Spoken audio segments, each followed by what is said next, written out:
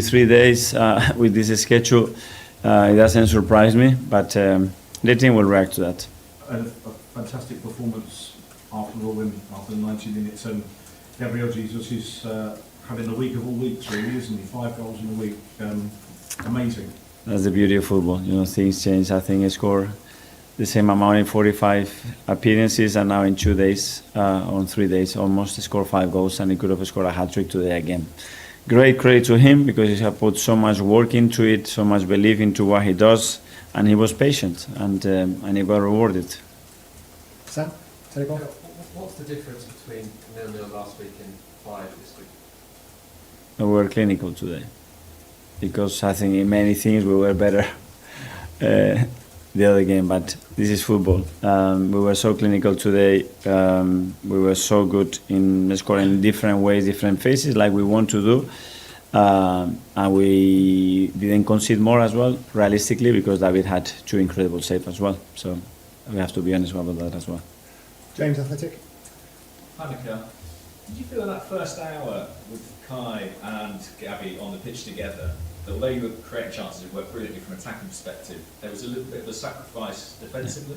Yeah, especially because they were more aggressive than the first game, which we expected, but we didn't understand well enough, especially with sequences we had to put and the spaces that we need to create, so we end up playing too much with David in his own, very close to his own goal, and against them it's a really bad game to play, and we adjusted a few things, and then when he came on, I think he changed the game. He gave us more dominance, still the same threat, but we're much better. Isam, Daniel.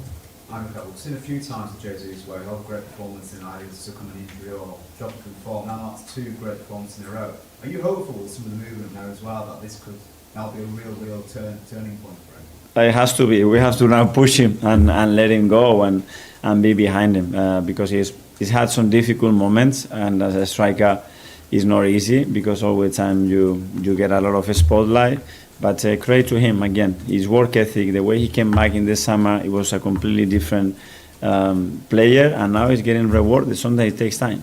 Gareth from the Times. Is it the third time Mikel has had a hat-trick this season? He had the one in October and in November after Chelsea. Yeah, I'm not sure if it's exactly the same one. Is he the same leg?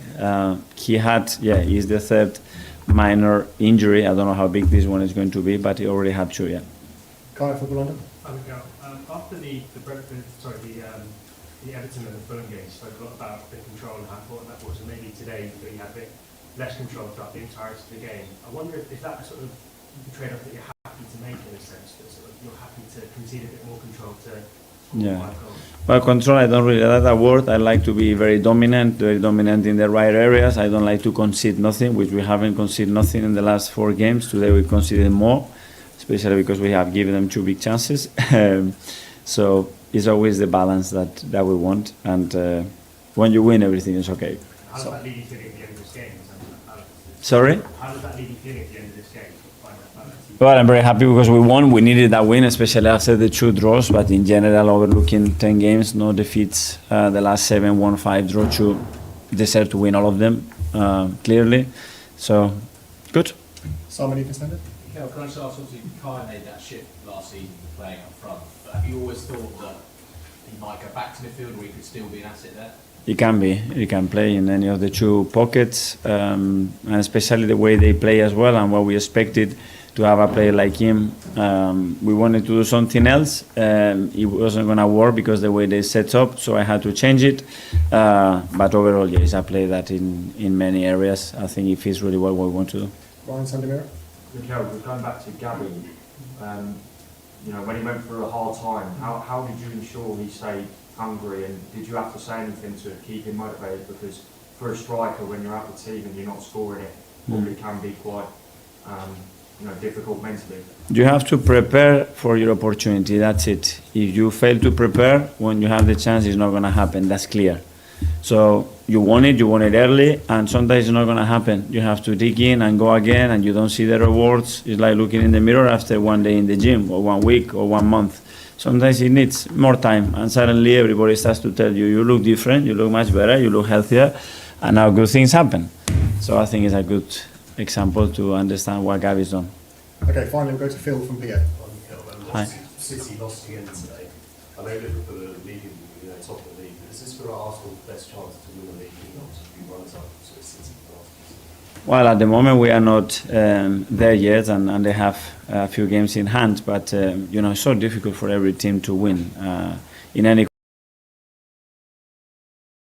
competition, really. So anything can happen. We want to put our noses right in there, compete in the way that we are competing every single game, and let's see what happens. We're still not even halfway.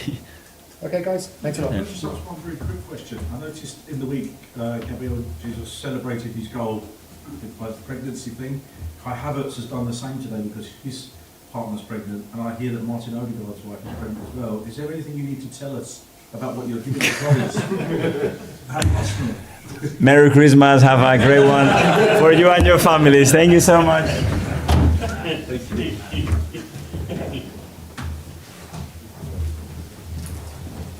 That's the best one since.